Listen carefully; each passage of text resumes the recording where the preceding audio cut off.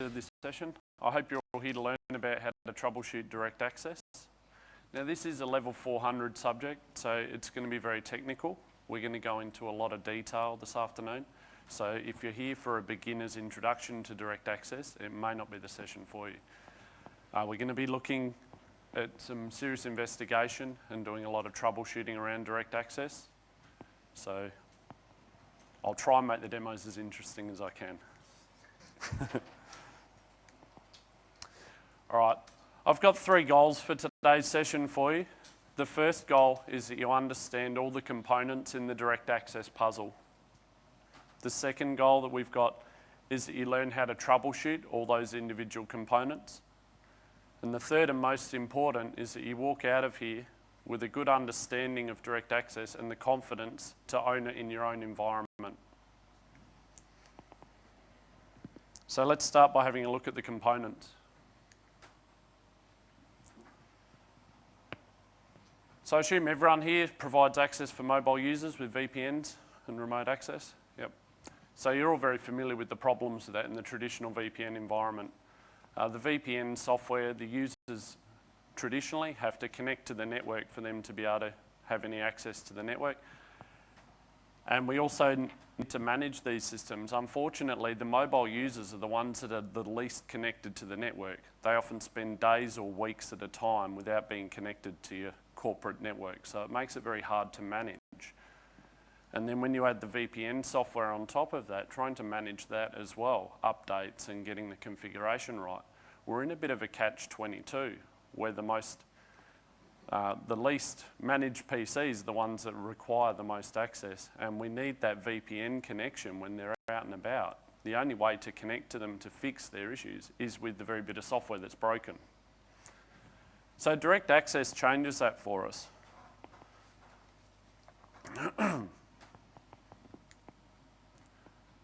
As soon as your laptop's opened up and connected to the internet, we open up an infrastructure tunnel using DirectAccess, so this is always on.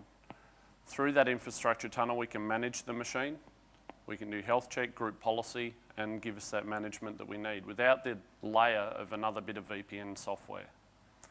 And that's a perfectly valid way to just leave your DirectAccess implementation just with that one tunnel so that you can manage your systems wherever they are. In that scenario, as long as that laptop's on the internet, we can manage it. It connects through NAT and firewall, and I'll talk about the different ways of connecting through DirectAccess there later. But it's a perfectly valid way just to use DirectAccess for management. However, the reason that you give the end user remote access is so that they can access the corporate resources. That's when we open up another tunnel, the intranet tunnel, and this is the one that gives the user end-to-end authentication and encryption for the resources on the network that they need.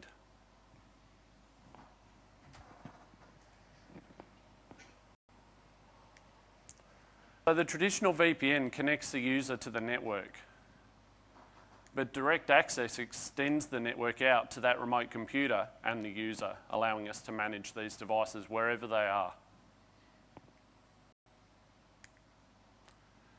The first key point is the applications on the client need to support IPv6. If the client application isn't IPv6 compatible, it's not going to work with DirectAccess. Now, the reality is that coming over the internet, we're going to be encapsulating that IPv6 packet inside IPv4 because most of the internet's still v4. But the client application needs to support v6 if we're going to be able to use that application over DirectAccess. On the server side, we can do a few different things to get around that, and I'll talk about that in the next slide. So one thing to consider here, if you are managing these PCs with DirectAccess on them, you need an IPv6 supported management platform, so Server 2008, R2, Windows 7, and that sort of thing. Most of the products now are coming out and support that, so it isn't really a problem. Config Manager and the rest certainly support it. So applications that aren't IPv6 compatible, we can reach them with translation devices on the server side. I'll show you a diagram of that in the next slide. Some of the IPv4 resources, the applications that won't work on DirectAccess, things on Windows 2000 the built-in applications on XP and Server 2003. Some of them work, some of them don't. So a line was drawn in the sand and said basically from Vista and 2008 onwards, they support the IPv6 stack. So the first thing and the first bit of advice we give is to check with your vendor for your applications that are sitting out on the PC that you want to use DirectAccess on and see if it supports IPv6. Where possible, if it doesn't, we can upgrade. A lot of the time, they'll have workarounds in place for the applications as well. So the first option is to upgrade. The second option is to enable the IPv6 support. An example of that is the SAP GUI client has a registry key change that allows it to work over IPv6. Some of the older applications won't work, and you can't change that though, so that's when we need to look at another way of providing them access to the corporate network, either through a gateway service on the internet, or remote desktop services, or another solution. An example of that one is OCS 2007 and 2007 R2. So they don't support IPv6. So you can either use an edge server or get yourself along to one of the many link sessions that we've got here and then upgrade to link.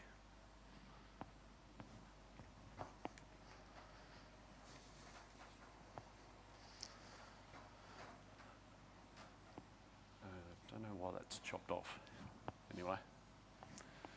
So it all sounds fairly simple, right? Maybe not.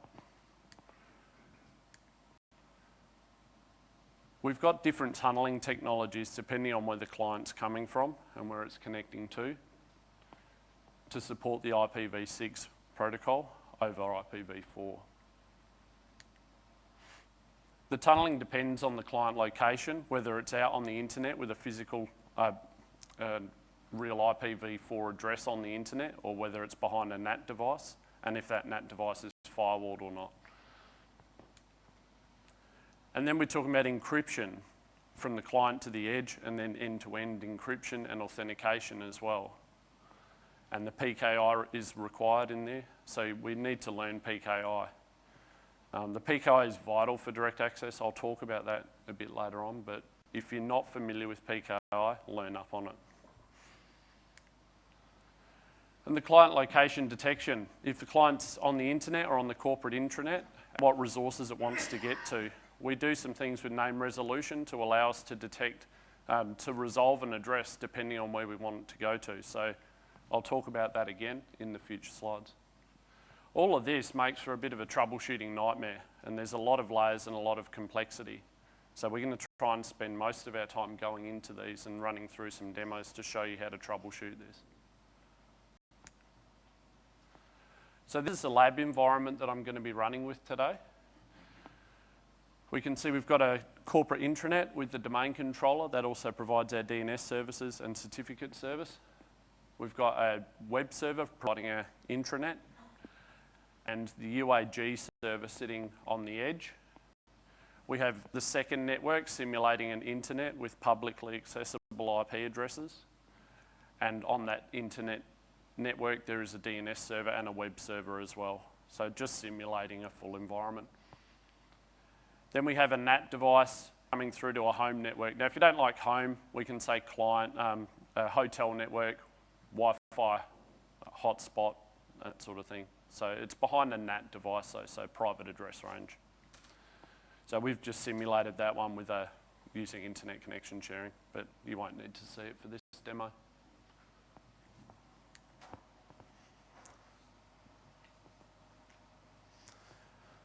So let's talk about the connections and the way we come in and connect to DirectAccess. The first option is when the client is running out on the internet with an addressable IPv4 address. In that scenario on the top, we use the 6 to 4 tunnel. Because a lot of the internet, we're not going to get IPv6 addresses yet, we use the 6 to 4 tunnel and bring that IPv6 connection through in protocol 41. To the UAG server. So this is a simplest connection method, and if you've got clients that connect with some of the Wi-Fi devices, they'll get a public accessible address range. The second option is when you're behind a NAT device, and this is where more of our connections take place. In this instance, we use Teredo. and that's putting IPv6 inside UDP 3544, and we tunnel that across so we can still get connectivity. The third scenario is when that NAT device is blocking most packets, as is the case in the hotels and most places out there in the wide world. So when we can't get through on UDP 3544, we fall back to IP HTTPS. Encapsulates our IPv6 traffic inside HTTPS. Now, that's the way you're going to use DirectAccess for 99% of your clients out there in the real world. With different networks, you can have conflicting IPv4 ranges and this sort of thing. So most of your clients are going to be coming from behind a NAT device that's firewalled using the IP HTTPS tunnel. So I'll talk a lot about that in the demos. So if that's the scenario we're going to use 99% of the time, does anyone know why we wouldn't just default to that? What it is HTTPS is doing encryption, and we're encrypting again. So it's double encryption. It's double the overhead. So that's why we default to this one as the fallback method rather than the default. On the server side, from our UAG server, we can connect natively to IPv6 resources internally. We can use ISOTAP, which puts the IPv6 in protocol 41, tunneling through your local intranet. ISOTAP's only for the local network.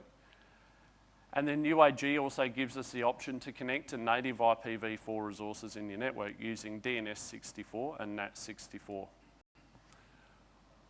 Two technologies basically spoof the client to think it's talking to the IPv6. So that's all the connectivity options, and you can see that we've got a lot of different ways that we can troubleshoot.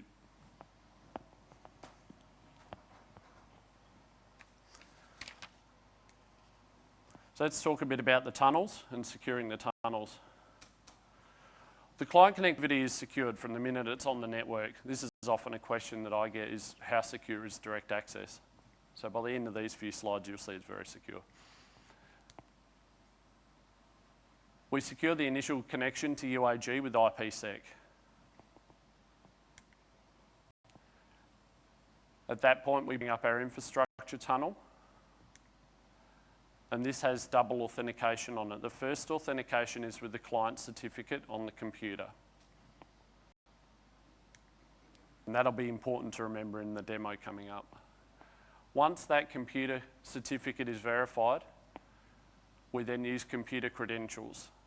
So this checks back to AD to look for a disabled computer account. You'll see in the logs computer name with the $sign on it. I'm sure you're all familiar with that for computer account in security logs. So we've got double authentication there for the infrastructure tunnel. At that point, once the infrastructure tunnel is up and secure, we can then open up our intranet tunnel if you choose to use that. The intranet tunnel is authenticated first with a computer certificate or a health certificate. So in the scenario, if you're using network access protection, we can evaluate the client health, and if it meets the requirements that you set for your organisation, latest patches, antivirus definitions, no malware, those sorts of things, we'll then issue a health certificate through the infrastructure tunnel to that client. Once that health certificate's there, we can then open up the intranet tunnel. If the computer is not healthy, it will not get a health certificate and you won't get your intranet tunnel.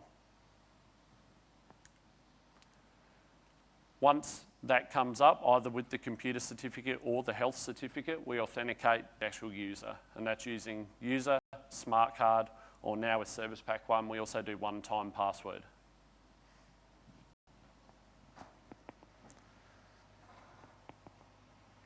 Both these tunnels are terminated on the UAG server, and they both use dual authentication.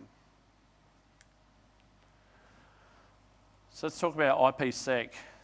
We'll just forget about DirectAccess for a minute. We'll talk about IPsec. What we've got here is thinking of a client and a server. So it doesn't really matter where they are or what they're doing, but we want to use IPsec to connect. So IPsec is a network level authentication. If you don't have authentication, you don't have network connectivity. So we need to get a shared secret between these two machines so they can talk. And we use an algorithm called Diffie-Hellman. Diffie-Hellman's a really interesting algorithm because it allows us to get the shared secret on both machines without sending it across the wire. If you want to learn more about Diffie-Hellman, just have a look in Bing. You don't need to know how it works for this, but it's the key algorithm used for that initial shared secret.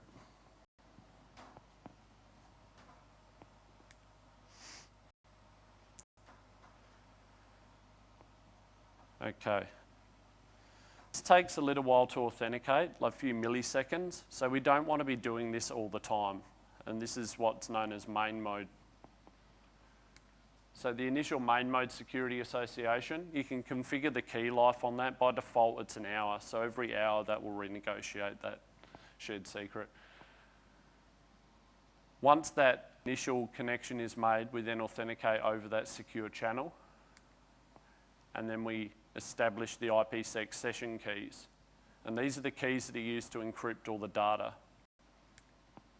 This is known as quick mode in IPsec. Again, this is all configurable. By default, we want this to be a bit faster than the other one because we're sending all our data using this session key, so it's important not to compromise that.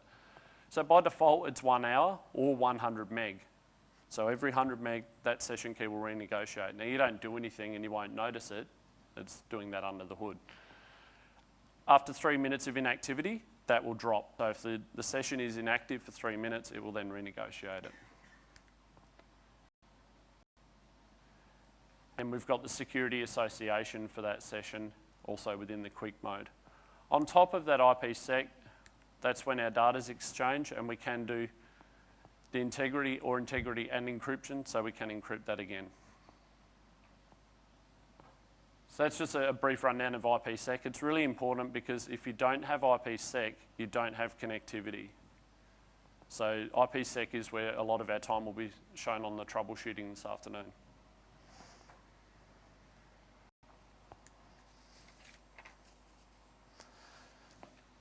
Just one other point I want to make on here. If you don't have main mode security association, you won't have quick mode association. Quick mode requires the main mode, so it's the first bit of troubleshooting is we have a look at our security associations and we need main mode first. If IPsec's not there, the tunnel won't come up. So the best way to look at this is to use the Windows firewall with advanced security MMC. And we'll do this in the demo, but I've just got a screenshot of one here. What we can see, we've highlighted the main mode security association. If you drill into the monitoring security associations, we can see them in there. And we can see, I've highlighted here, the first authentication method was with the computer certificate, and then the second authentication was with Kerberos for the user. Now we can see the username there, corp/user1. If it's authenticating using NTLM, you will not see the user. So don't be alarmed if you see user and then in brackets NTLM v2 and you don't see the username on there. Check the security event logs to find the username, because it won't pass that in here. And then the quick mode, just a quick shot showing the mode association that we have there and showing that it's encrypted and the algorithm that's using there. You don't need to remember that.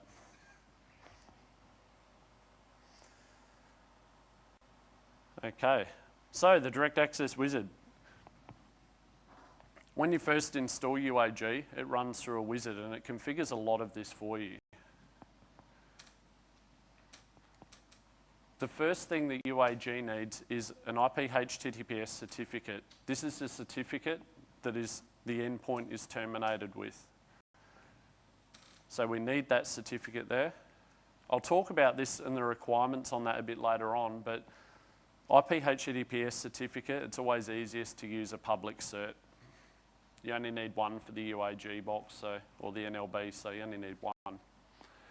The other thing we have is a root or an intermediate certificate on the UAG server, and that's used to authenticate all those client certificates for the initial security association. It's not enough to have that stored in the personal store of the UAG server. You need to configure it in the UAG wizard. The next step in the UAG wizard is it configures all the tunneling and the transition technologies, 6 to 4, Teredo, IP HTTPS, ISOTAP, DNS64, NET64. The wizard does it all for you. Then what it does is goes and creates our group policies that we need. And there's 3 sorts of group policies that are created. We have the client group policy. This creates all the IPsec rules for your clients, configures the transition technologies for the client, and the IPsec rules and the NRPT rules. NRPT is the name resolution policy table. I'll talk about that in the next slide, so don't worry about it too much for now. The other thing it does is it applies the IPsec rules to the UAG server itself. Only the IPsec rules, nothing else. And then if we have endpoint servers that require that as well, it configures the group policies for them. Now with Service Pack 1, it allows us to configure the name of those group policies and the OU that they install to. Previously it was done just at the root of the domain and filtered, so it's a good improvement.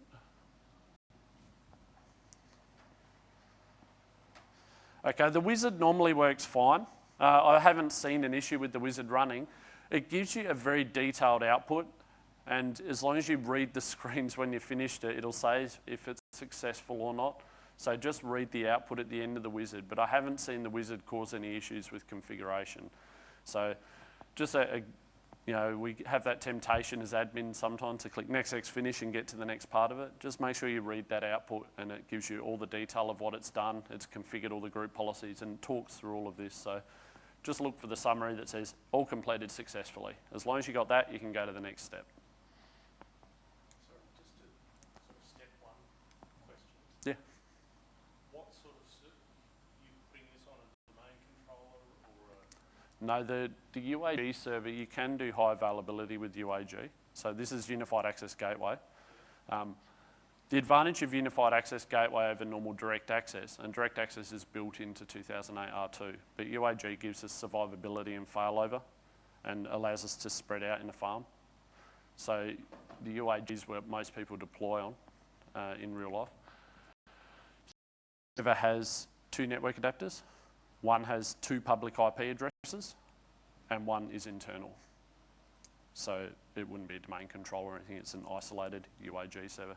Virtualization's fine.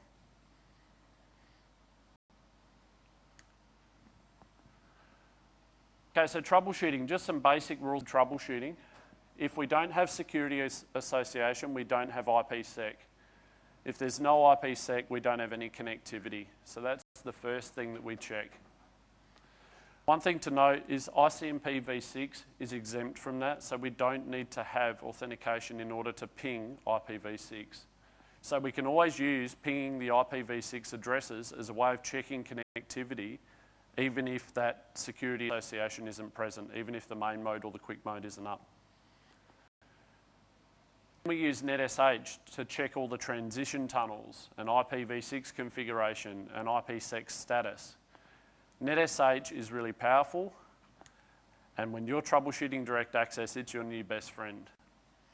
We work a lot with some network partners, and I've always been amazed to see them typing away their iOS commands on the Cisco devices and just think they're amazingly intelligent. If you start working with DirectAccess, all your colleagues are going to look at you the same way. And I'll show you some of the commands here. They're on the slides in the summary, so make sure you get the slides at the end and you'll be able to use them as well.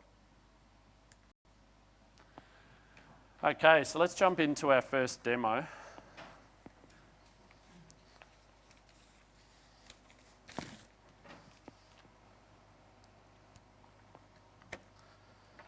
What we've got here is a Windows 7 client sitting out on the internet with a public IPv4 address. So I'll switch over to this one. Okay. So this is the client simulating our end user. And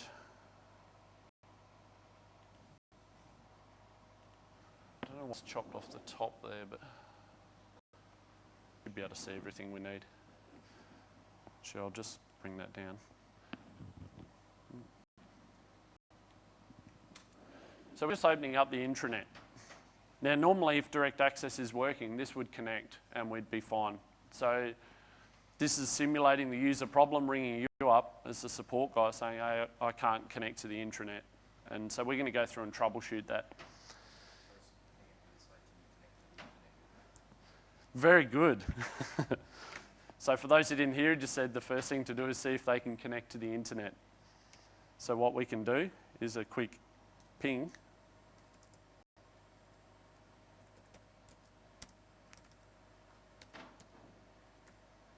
This is my dummy web server. Just to prove that we've got connectivity. Oh, sorry, I'll move that down. Okay, so we do have internet connectivity, and we can also browse to that address.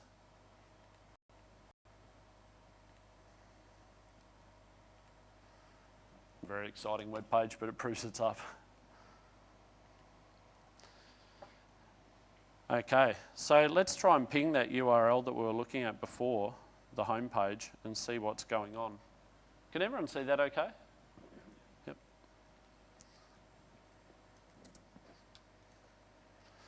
So we're trying to ping an internal address. We'll just trim that up.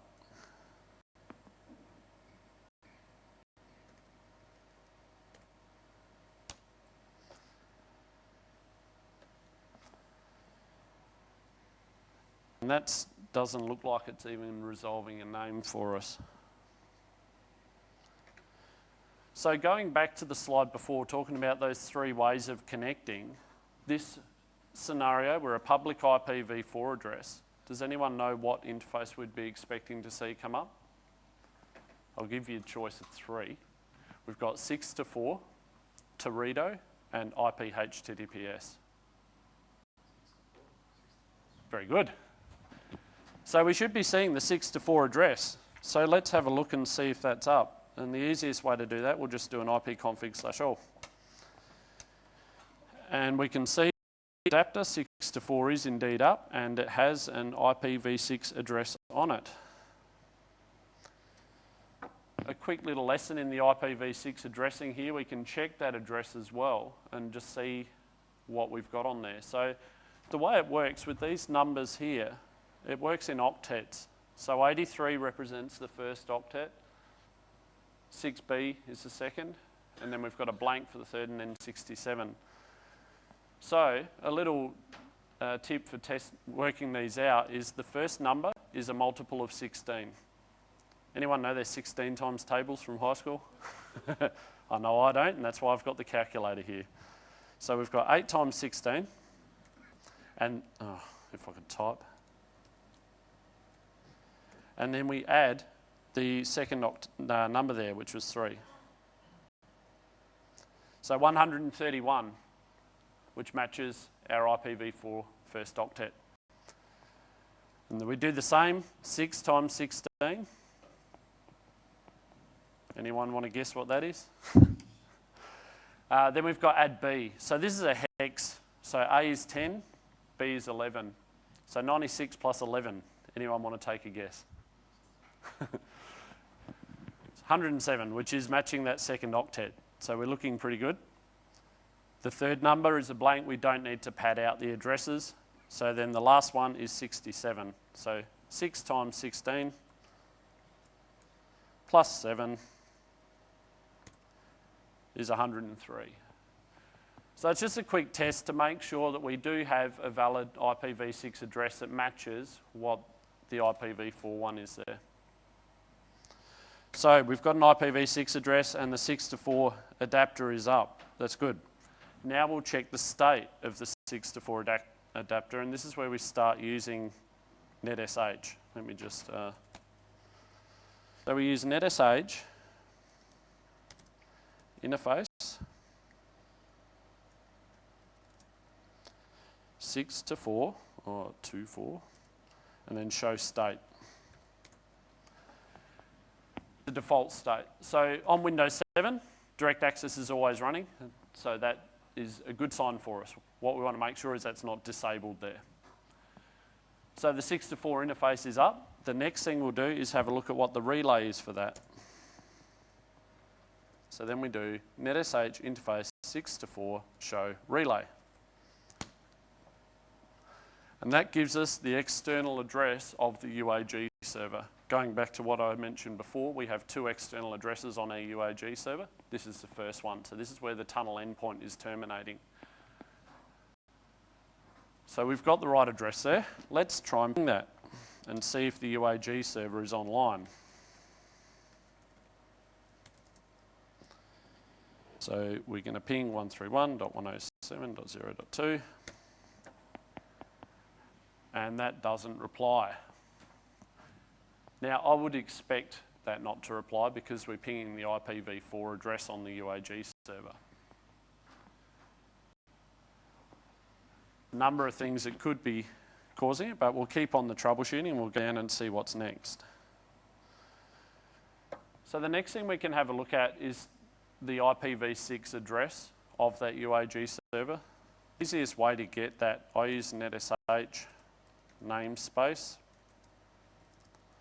show effective. What this is doing is showing what the name resolution policy table has, and I'll explain name resolution policy table a bit later on, but the main thing I'm looking for is this address here. What this is the IPv6 address of the UAG server. So let's try and ping that. And we're getting a reply. So we've got connectivity to the UAG server across the internet. So that's our first point. We know the UAG server is up and running. We know the 6 to 4 adapter is up and running. Next thing we'll do is have a look at the routing table.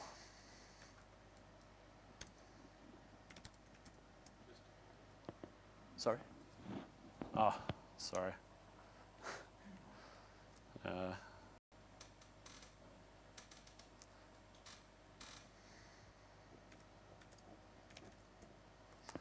Okay.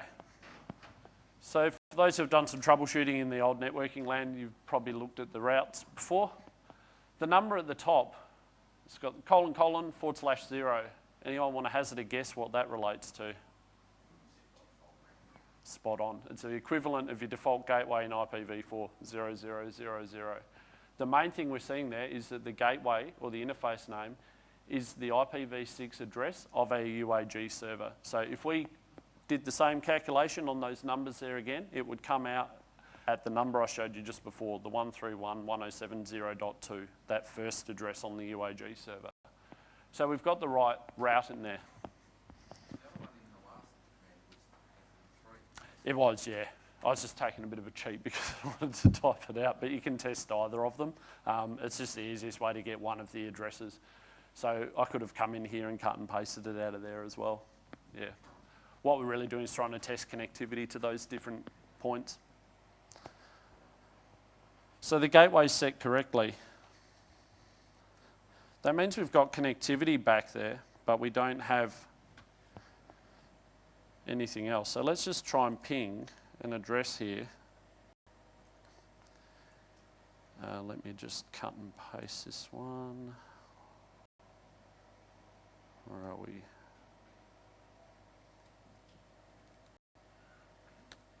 I'm going to type this out, sorry. This is the IPv6 address of our domain controller.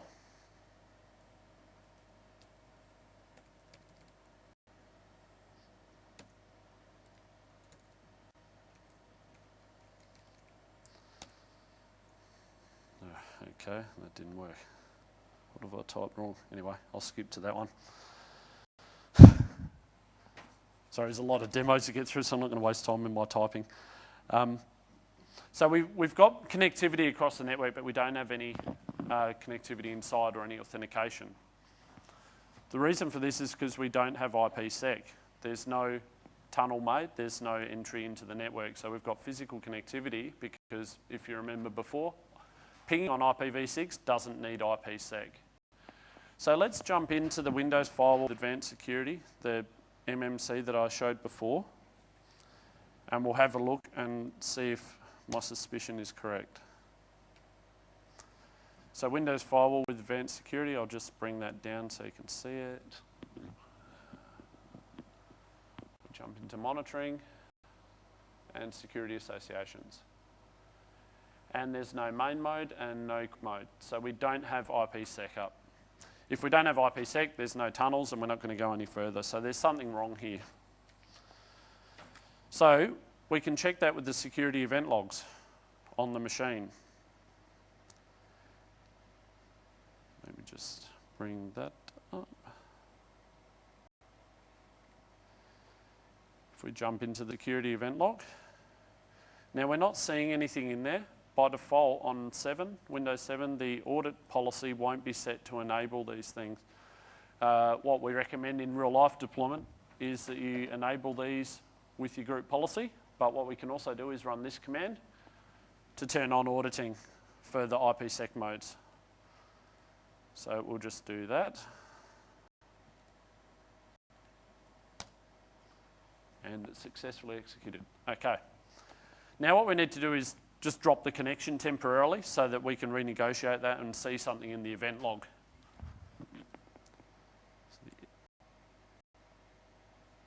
The easiest way to do that will just be to disable the NIC and re-enable the NIC. You could also have the user unplug it, you know. Okay.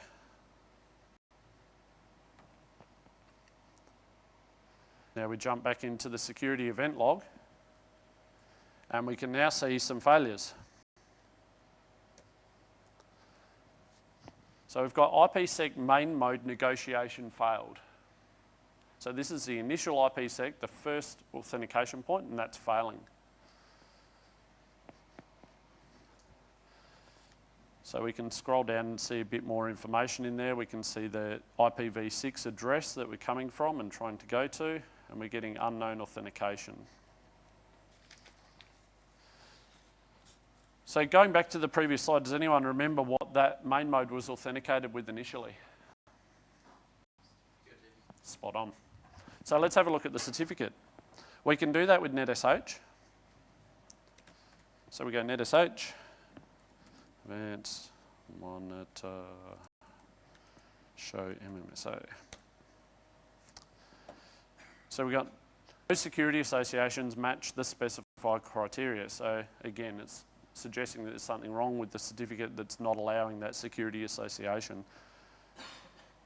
So at this point, we can run the built-in troubleshooter for Windows 7. This has built into it for DirectAccess. So we'll just bring that up.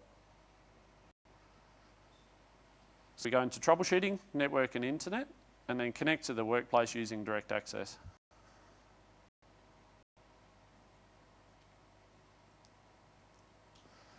We start the diagnostics and that will run through. Now sometimes it will just sit on the name resolution, and I've found that if you run it 2 or 3 times, it'll by the second or the third one, you'll get a very clear answer. It's like it works out a bit of information the first time, and when you run it again, it finds a bit more. So this is a good example of that one. The DNS server isn't responding. If we run that again,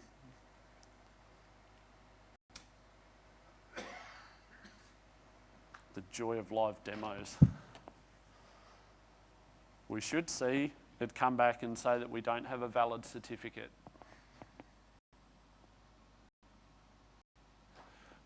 We'll try once more, and if not, you'll have to take my word for it. Either way, we're going to jump into the certificates personal store and have a look.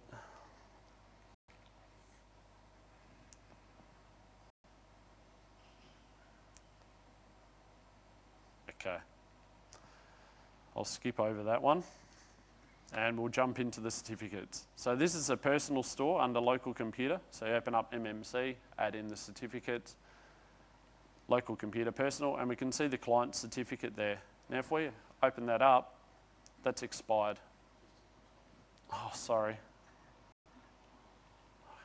Let me do that again. Thank you. You're going to have to keep catching me on it. All right.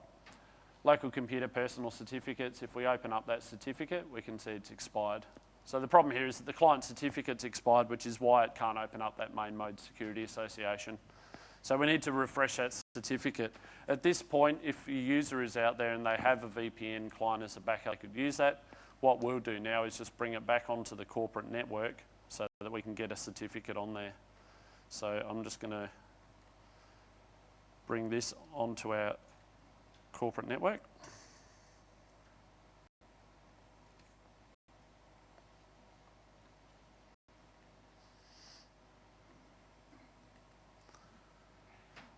Okay. Let's just try and... All right. I'm just going to release and renew the IP just to be 100% sure we're on the corporate network.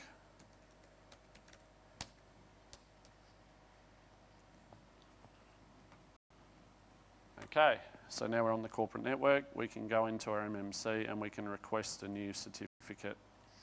You can also reboot the computer or a GP update force. We'll get that down there as well. I'm just going to run through the wizard because it's a bit faster.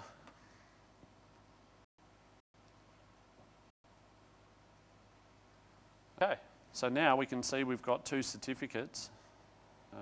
If I scroll across, you can see the old one expired up the top. We don't need that anymore, so we're going to remove that. You don't need to remove it. And then we've got our new certificate. So let's put that back out onto the internet and see if that's fixed our problem.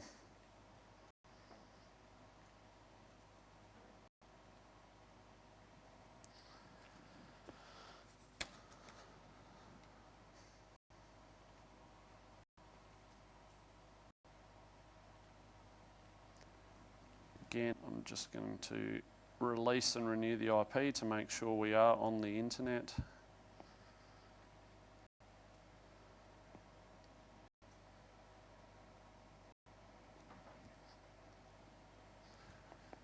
So this example shows how important PKI infrastructure is for direct access. The certificates and managing your certificates and the life of your certificates becomes really important. So we can see we've got an IP address there now on the internet. Let's try and open up that web page again. I'll just close the browser and reopen the browser. And we've got connectivity through to the internal corporate network. What we'll also do now is just try and open up a file share on the internal network, device name. And we can see the file share there on the internal network as well. So we know direct access is up and running.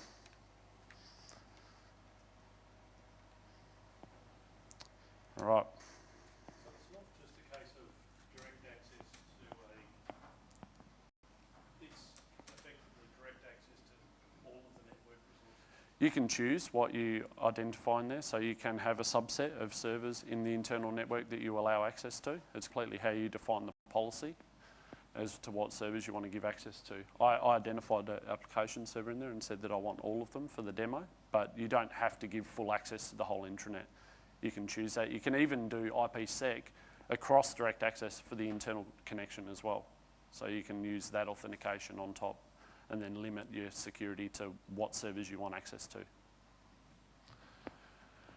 Okay, so the Direct Access Connectivity Assistant. With UAG Service Pack 1, this was included. So in the default install location, we get the MSI to install on the clients.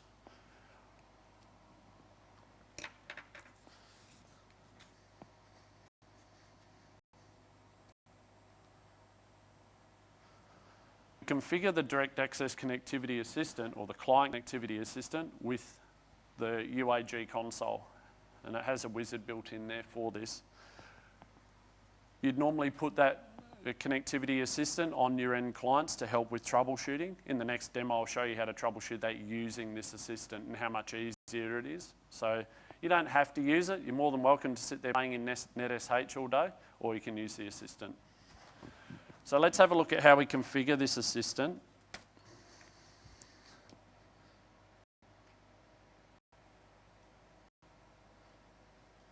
Okay, I'm going to flick back to my UAG server now.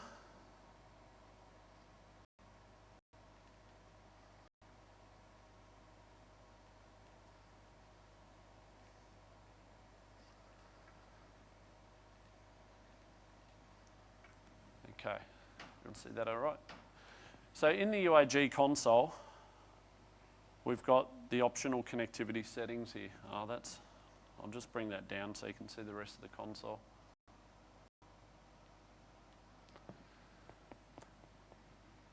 The client connectivity assistant, this is where we run, what this does is configures all the group policies for the end users to allow the control over what that assistant will do for them. The first option is to allow, local name resolution. What that does is gives the user the ability to bypass direct access to connect to local resources on their subnet. You choose whether or not they want that, and I'll show you how that works in the next demo. The next thing we do is connectivity verification. So this is where we put in different sites that are highly available internally that help to determine if we've got connectivity to the network or not.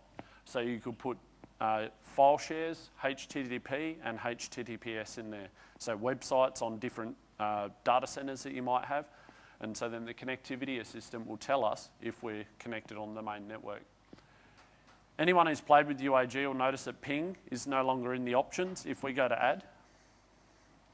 They used to have ping in there, and it was a false positive because ping doesn't need IPsec for the IPv6 pinging, so we were generating false positives from the connectivity, so they took that out. One important thing with this wizard, don't add your network location server in there.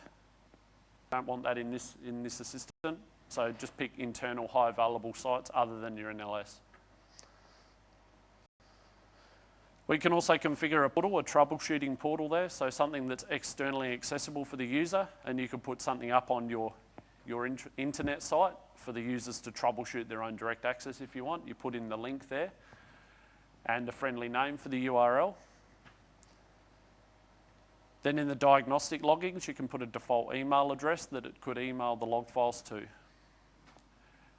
And we can add in additional scripts there as well if you want to run some other scripts, but you'll see this has quite a bit of information in it. What that does when you finish that wizard is configures a group policy for the clients. So when they have the client connectivity assistant installed on them, it configures all those options. And now we'll jump in and I'll show you that in action. So if we get on the client,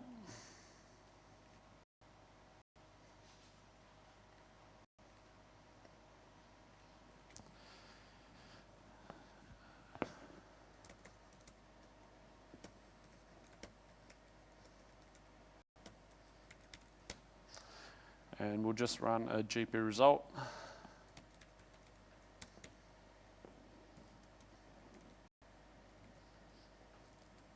Oh, doesn't matter what I call it.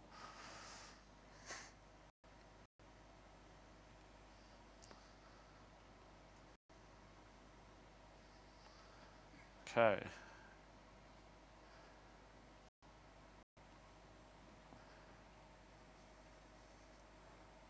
So you can see those settings have applied under the Direct Access Connectivity Assistant, the corporate URL portal, the different addresses that we're connecting to, and that's all coming down there. What that means is on this machine I've installed the Direct Access Connectivity Assistant here, and it's a little icon that shows for the user. The first option in that wizard when we allowed local resolution, by enabling that, it gives the user the ability to change this here. Clicking that means that they will then use local resolution instead of the corporate DNS. Then they can flick back. Now you may not want to give that to all your users. It's completely up to you how you define it, but the option's in there. I'll show you why that's useful in the next demo. Okay.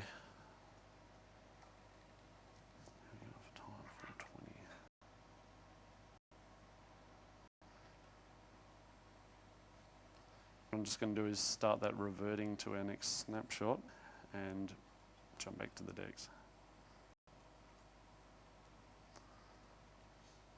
All right. Certificates. Let's talk about certificates. Every client needs a valid certificate. On the HTTPS tunnel, we need that certificate to be highly available. Where's I think? Here we go. So that IP HTTPS certificate sitting on UAG needs to have its CRL available, the certificate revocation list. That needs to be highly available because without the CRL, if the clients can't come back to that to check, it won't connect. So the easiest way to do that is to get a certificate from a public authority, a VeriSign or one of those, because they've already got all that infrastructure. You don't need to build it. Then the client needs a certificate as well, as we saw in the first demo. Running through the wizard for DirectAccess when you first install it, we configure that IP HTTPS certificate on the server. And this is the one that I said is best off to be a public cert. Then we configure our root certificate, and this is the one that authenticates all the client certificates. That root certificate also needs to be on the clients. So if you're using your own internal CA on the domain, that will get out there. Use group policy to push it out if you're doing another method. But that root cert needs to be on the client as well. So this is all basic PKI setup. It's important you know it. So the next demo, we're going to have a look at the troubleshooting. Yeah. That check of the CRL, is it doing that just over the IP4 network before the first one? It's just over the internet. So if I go back to that slide. Yeah, that's straight internet, the same as a normal certificate works when you hit any SSL website.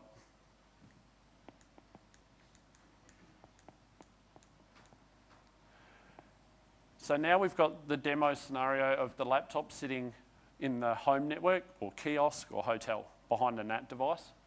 And we're going to show the troubleshooting of using the connectivity assistant. Here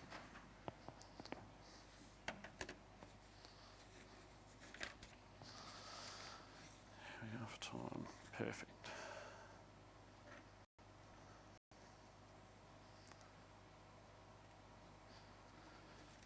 Okay, so this time the client is on the private network behind the router with UDP 3544 blocked. So if we go back to those other options, we're private now, so we can't use the 6 to 4. And because the 3544 is blocked, we can't use Teredo either. So we're going to be using IP HTTPS.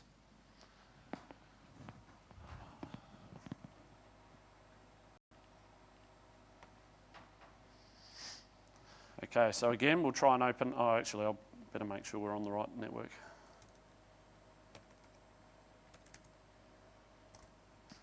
Yep, so you can see we're behind the MS Home Net, so behind that internet connection sharing device, so private network. Let's try and open up the intranet, and again, we're not able to open that up. This time, let's use the connectivity assistant to test this. So you can see the DirectAccess isn't working. You can right click and do advanced diagnostics. That will generate all the log files for us. It runs a lot of those netsh commands and the ipconfig commands that you saw me run in the first demo and puts it all out into a nice file that we can then view. Once that completes, we can click on the email logs and that will then open up an email prompt from your email client with it pre-configured for that address that we had so that they could then send that email off.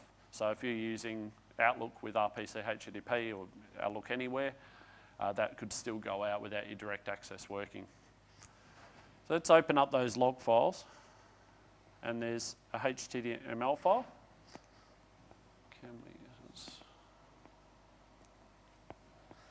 Okay, and you can see all those commands it's run, a lot of the ones that we ran before, and it's all there already for us. So if you're on a troubleshoot, you can just write some of these commands down or run the connectivity assistant and you can get the commands there to use yourself.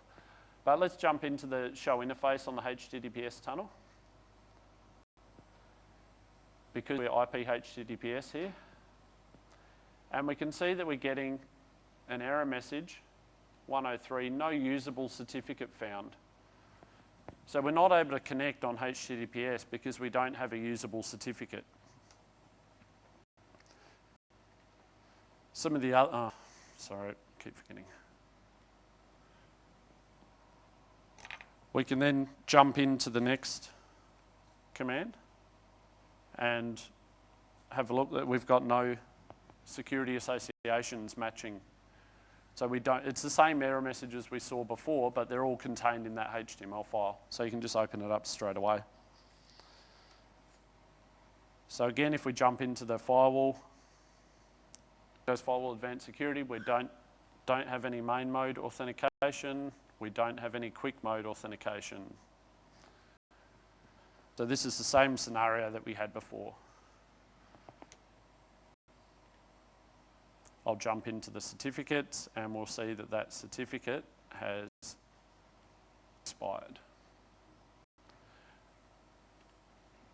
So you can see we get to the same result, it's just a lot quicker using the assistant. So it's really empowering and a quick way of getting you up and running. I can run through that now and put it back onto the corporate network, get the new certificate, and then we're up and running. So let's just do that very quickly.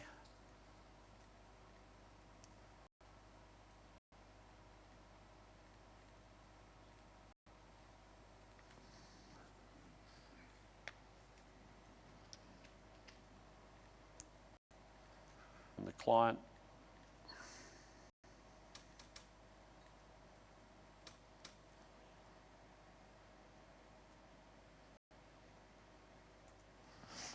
Just make sure we're on the corporate network and I've picked the right VMnet. Yep. And then we'll just request a new certificate.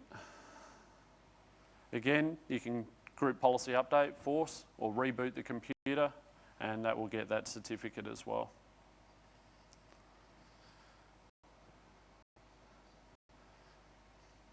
So there we go, we'll move that back now to the private network, back behind the HTTPS, and if we've done it correctly, we should see DirectAccess still working from that home network. So if you had another way, another firewall, VPN tunnel, you could do that? Absolutely, yeah. All we're doing is requesting a certificate, so however you set up your PKI, you could renew that certificate over a VPN or, yeah, as we've done here, just bring it back into the corporate network.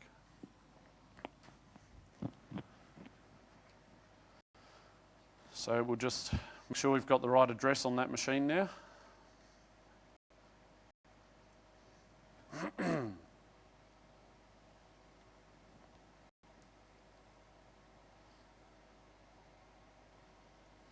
it should be on the MS HomeNet. And then with a bit of luck, we'll see a nice, happy DirectAccess connectivity wizard, assistant, sorry. That takes a few seconds as it tries to connect over HTTPS, builds that security association, the main mode, then the quick mode, and then the tunnel should come up, and a bit of luck, we'll see this change to green very shortly. What we'll do is just try and open up the browser again. And we've got intranet connectivity. And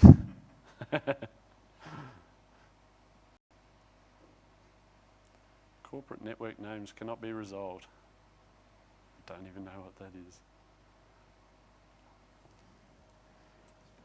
There's something with the DNS and it wasn't there half an hour ago when I ran through the lab, but anyway, let's see if we've got file access.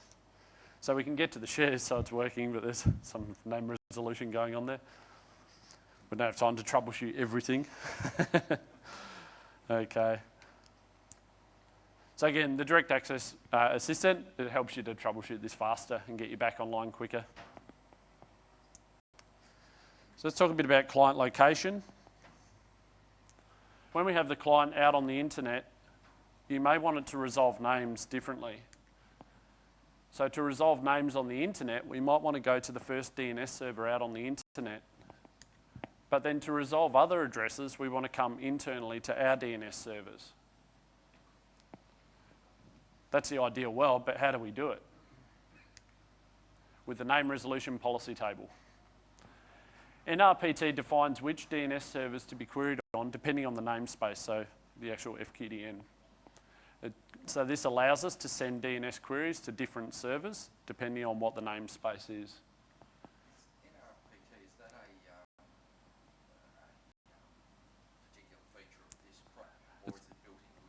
part of DirectAccess. Yeah. So built into Win7. Not too sure. I've never seen anyone try. Yeah, I mean, it is talking on that stack, but yeah, I'm not too sure, to be honest. So here's an example where we've got a query to the DNS server 2 internally for anything on the Corp Contoso zone. All other queries are going out to the external address. So we're just saying anything that's on that corp.contoso.com domain, go to my internal DNS server. Anything else out on the internet. There is one important exception to this. There's a special entry for an internal HTTPS website because we need to identify where the client is and when to use this or not. NRPT only applies when you're out on the internet. You wouldn't want this to work when you're internal on your corporate network. So this is how we resolve whether you're external or internal using the network location server. So in this example, we've got a highly available web server, nls.corp.contoso.com, and there's a special entry that goes into the NRPT for that address, and it says go to that directly. The idea behind that is that when you're on the internet, you cannot resolve nls.corp.contoso.com, and therefore DirectAccess knows it's on the internet and to use the NRPT and bring it up. When we're internal, it can resolve it, and so the NRPT table should not be there. Here's an example of the effective name resolution policy table. So using the command I showed very briefly earlier, and I'll do that in the demo now. But we can see we've got the particular rule there for the NLS address I mentioned. It's saying just go direct. Anything for the corpcontoso.com domain, we're using this IPv6 address of the DNS server.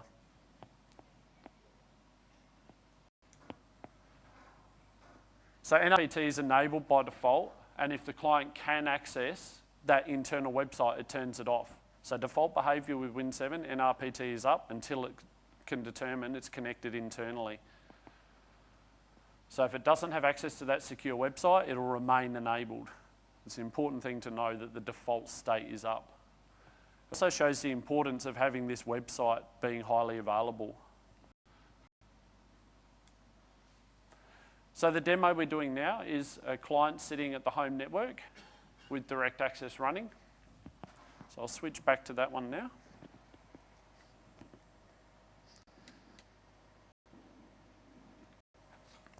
And as we can see, unless something's broken in the last few seconds, we do have intranet connectivity. So the last 3 demos I've shown you at start off broken. This one's actually working now. So we're sitting out in the home network, DirectAccess is working, everyone's happy.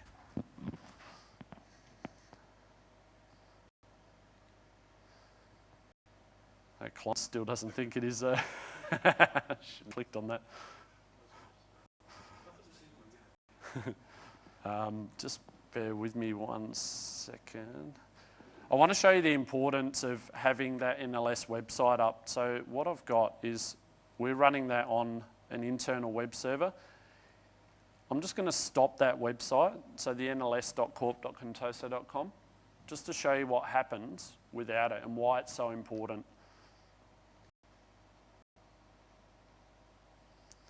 So now we'll move this client back into the corporate network.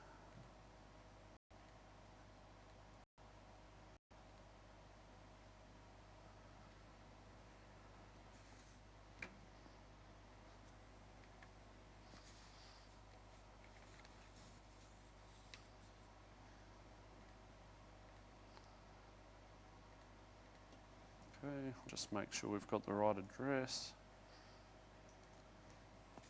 Should have a 10 address and be on the corporate network.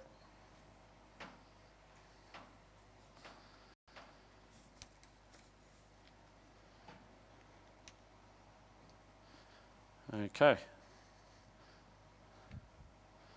So now we'll try and open up the intranet. So I'll close the browser and reopen it.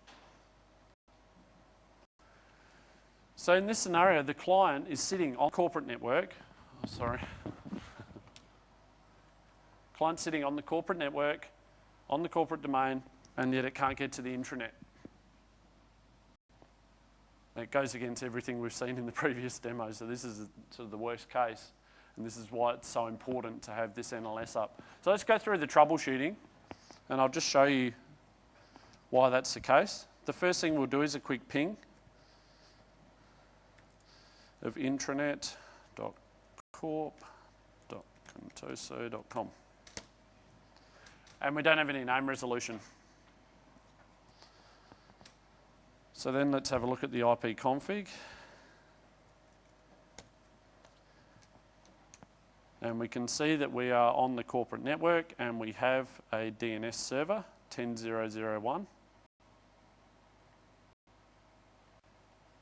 Anyone want to guess what the favourite tool for troubleshooting DNS is?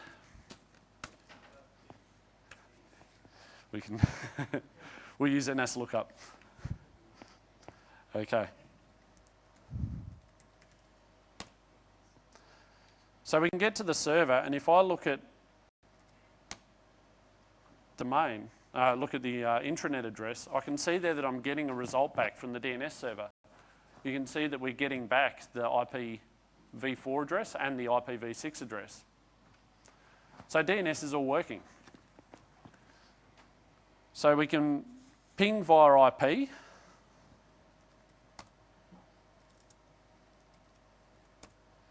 We can ping via IP, we can do an NSLOOKUP, but we can't ping on the FQDN. And the reason for that is the name resolution policy table. So let's have a look at that. We use NetSH.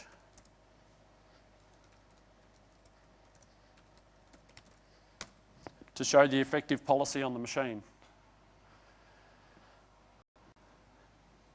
Does anyone recognise what this address here is from before? Yeah. Now, we're not going to be able to resolve that external address from inside, but it's not our biggest problem. The big question is, why is this even up? So, very quickly we can see that the NRPT is up when it shouldn't be because we're on the corporate domain. So we can just do a quick ping to that address.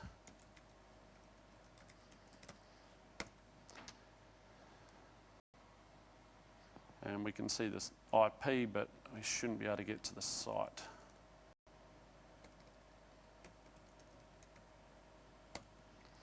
Okay, so that website can't be found.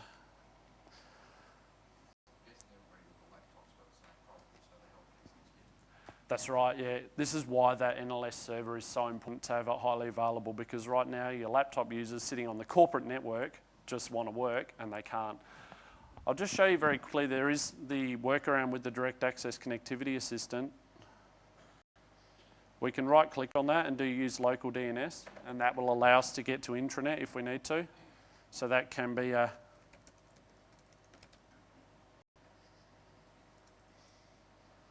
so we can get to the intranet that way, just using NetBIOS nodes. But you don't want your users to be doing that all the time. It's just an example of how that connectivity assistant can work around. So what we'll do, we'll just start up that website and then make sure everything comes good. So what we recommend if you're deploying this, make sure your NLS site is highly available. You can use NLB, put it on a couple of servers and make sure it's always up, because the last thing you want is your corporate laptop users on the network not working. So let's jump back to that client now. Would it actually be a good idea to do round I mean, unless you're... As long as you can resolve that, whatever way is going to work for the high availability on that website. It just does a HTTPS connection, so as long as it can always connect to that, whatever way you do it, NLB, hardware load balancing, clustering, whatever works for you.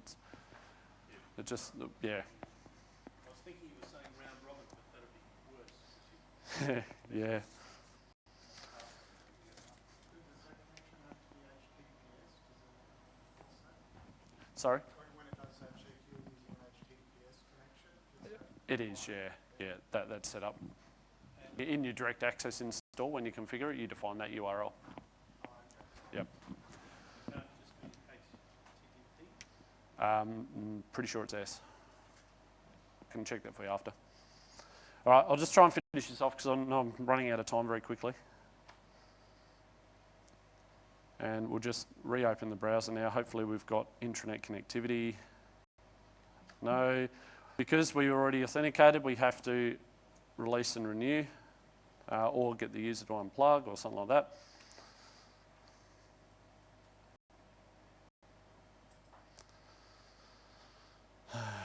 Sorry. Right. And then we should see the intranet up. Takes a few seconds and then we should see that come up. I'll come back to that one in a second just to show that it's up, but I just want to get through the last couple of slides as we finish up. So troubleshooting summary. The first thing, determine the client location. Are we using 6-4, Teredo or IP HTTPS? You know, do we have internet connectivity, as we mentioned earlier? Do you have DNS resolution? Is the adapter state correct? And check the routes.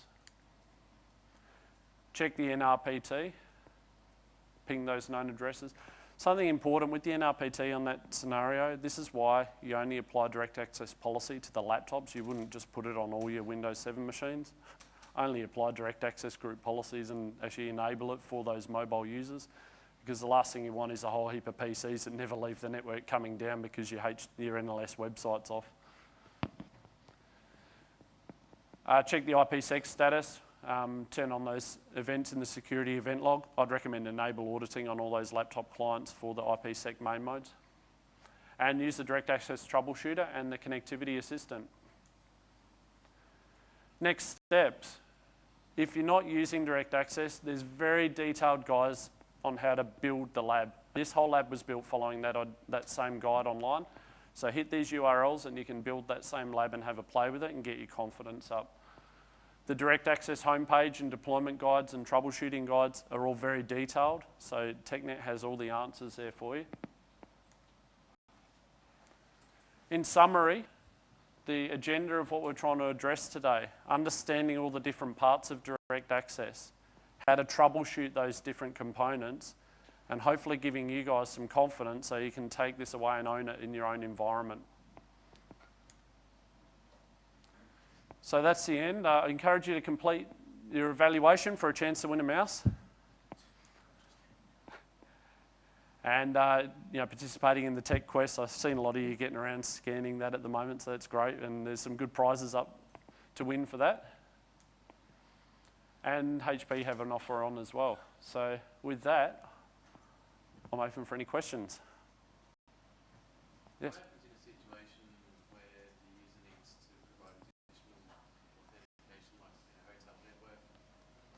Yep, so once the website's up, once the internet connectivity is up, direct access will build. So as soon as they've got online to the internet, it will connect. Will they notify that they need to do that? Like what if they... It's exactly the same as them getting online. So the only prereq we have is them being on the internet. It's automatic, right? Yeah, yep. Once they're on the internet, everything else is automatic.